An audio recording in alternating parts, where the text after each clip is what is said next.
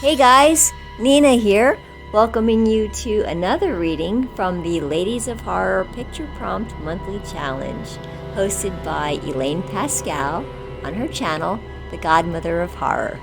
If you'd like to read along or read previously published pieces, please visit spreadingthewritersword.com or ladiesofhorror.com. In the meanwhile, enjoy the reading.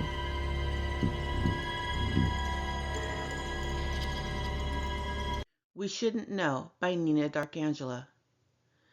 Oma arrived with the fog.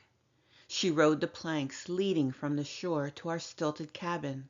The bell on her bicycle dinged in frantic rhythm. The water had risen.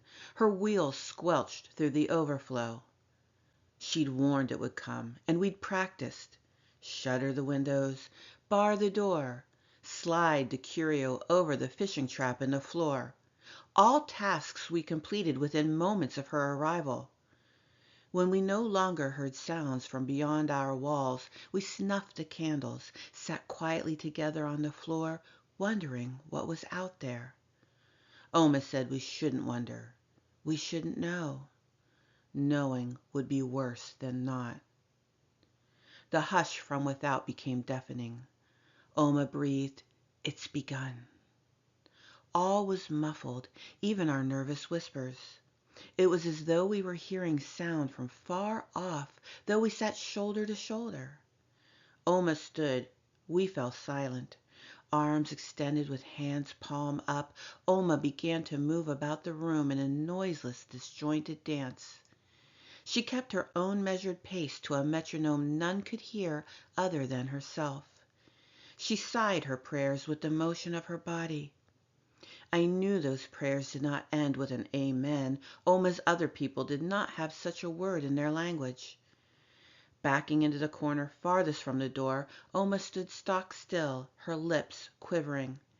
She looked at each of us one by one, tears rolling freely down her face. When her gaze settled on the last of us, her resolve strengthened. She shakily slid a piece of paper out of her pocket and carefully unfolded it. Held it to her chest, looking at us again, her eyes urgent this time. She did the last thing we'd practiced. My heart slowed to a bare thump. My breathing calmed. My mind cleared. I was to inherit this duty if I survived. If not, others had been trained. I knew what the paper said. I knew the dance and its foot-scuffled sigil meeting. I spoke the words of the prayers with foreign lips, for Oma had taught me, prepared me for my turn. Whether or not my people followed the ways, Oma's did, and as her descendant, I was obligated to protect the mountain and its people. All of this I knew, and all of this I would perform if necessary. Oma flipped the paper over and screamed the single word scrawled upon it, "Run!" As we unbarred the door, we heard a deep rumble from under the house. A look back revealed a waterlogged arm punch its way through the floor, followed by a bulbous head and strangely elongated torso.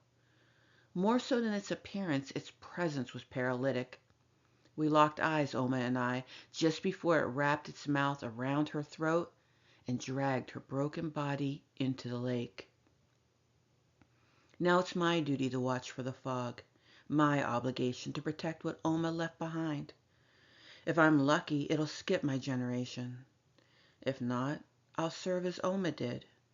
I'll give birth, raise my children and grandchildren, and one day, if the fog comes and the lake calls, I will have already passed on the ways, my new ways, to one of my own. And I will pray they never bear witness to what I saw that day. Oma said we shouldn't wonder, we shouldn't know. Knowing would be worse than not. And she was right.